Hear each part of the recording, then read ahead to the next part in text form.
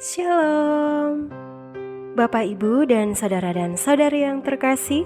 Jumpa lagi dalam Sikat Sabda Iman Katolik, Rabu, Pekan Biasa ke-26, Bulan Kitab Suci Nasional 29 September 2021. Hari ini gereja merayakan pesta Santo Mikael, Gabriel dan Rafael, Malaikat Agung. Bacaan hari ini dari Injil Yohanes bab 1 ayat 47 sampai 51. Marilah kita siapkan hati dan pikiran kita untuk mendengarkan sabda Tuhan.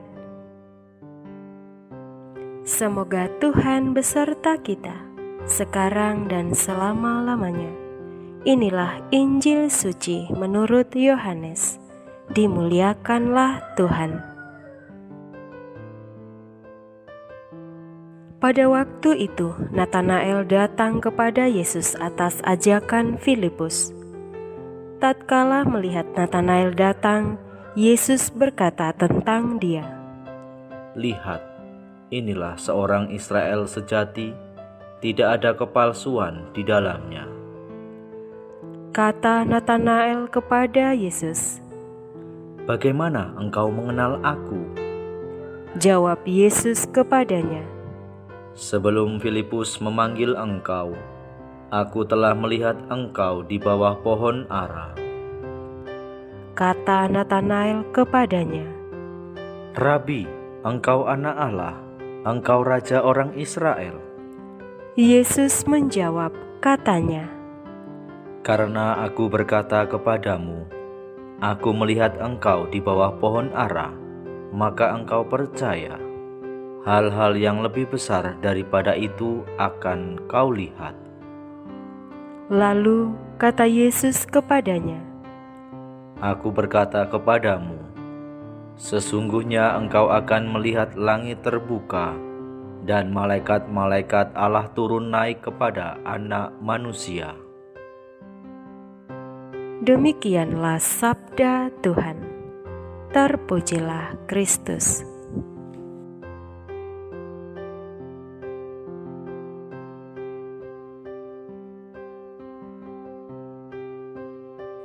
Bapak, Ibu, dan saudari yang terkasih, renungan hari ini akan dibawakan oleh Ibu Irene Nona Diogo dari Kaimana, Papua Barat. Selamat mendengarkan.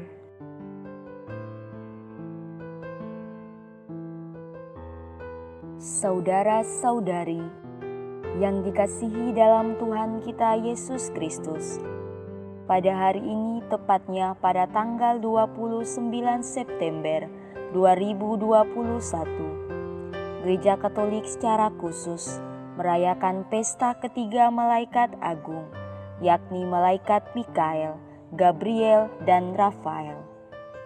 Ketiga Malaikat Agung ini dirayakan gereja untuk bersyukur atas karya keselamatan Allah yang dilaksanakan melalui para Malaikat Agung. Para malaikat agung membantu manusia sampai kepada keselamatan.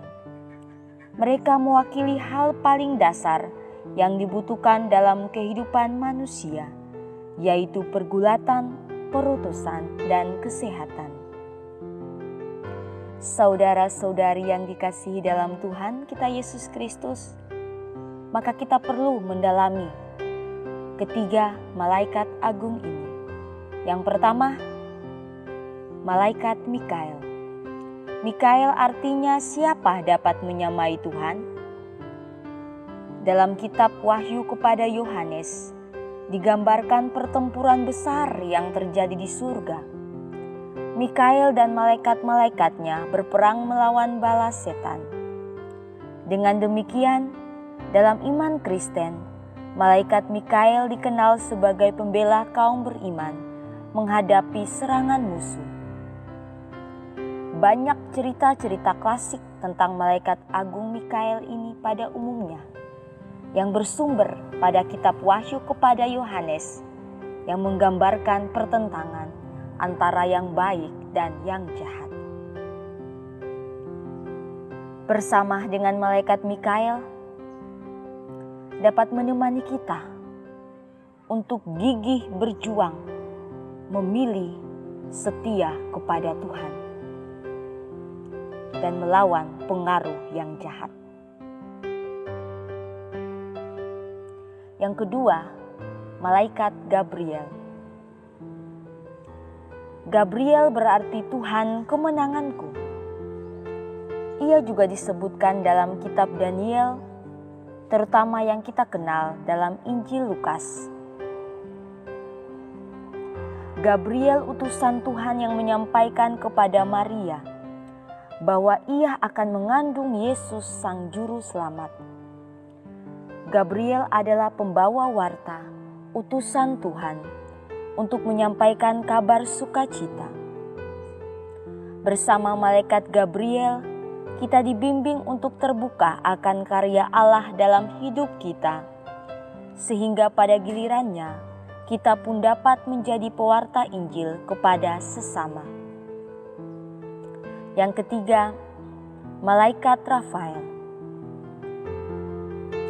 Rafael artinya Tuhan menyembuhkan. Rafael dalam kitab Tobit diutus untuk memberikan perlindungan serta penyembuhan bagi mata Tobit yang buta. Maka kepada kita diberikan malaikat Rafael untuk melindungi kita dalam kelemahan karena sakit, supaya tidak merasa sendirian dan tetap memiliki pengharapan kepada Allah semata. Saudara-saudari yang dikasihi dalam Tuhan kita Yesus Kristus, kita bersyukur bahwa melalui malaikat agung, kita diberikan pertolongan dalam pengalaman yang mendasar untuk percaya dan berharap kepada Allah, satu-satunya sumber keselamatan dan kebahagiaan sejati, di mana dalam pergumulan memilih yang baik dan yang jahat, mengambil keputusan akan arah hidup atau perutusan, dalam kerapuhan dan kelemahan, karena sakit jasmani maupun rohani. Melalui malaikat agung ini, yakni ketiga malaikat ini, yaitu Mikael, Gabriel, dan Rafael, mendampingi kita. Kita tidak sendirian berjalan dalam pesiarahan hidup ini. Saudara-saudari yang terkasih dalam Tuhan kita Yesus Kristus, dalam Injil hari ini juga, Santo Yohanes dengan tegas mengupas tentang pertemuan antara Natanael dengan Sang Rabi.